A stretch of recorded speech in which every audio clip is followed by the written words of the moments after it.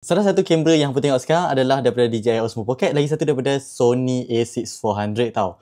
So DJI of course pakai mic DJI, Sony ni aku pakai mic HoloLens Mark II tau. Untuk kamera, lens dan juga mic ni lebih kurang total 6,000. Untuk DJI Osmo Pocket 3 kereta combo ni harga dalam 3,200 3,300 je.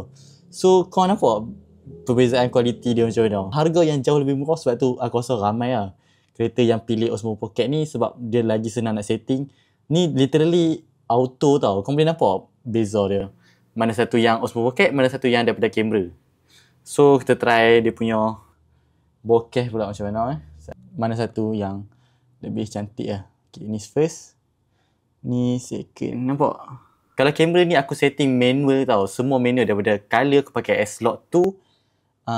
Lepas tu setting exposure, ISO, aperture dan juga shutter speed memang aku kawal.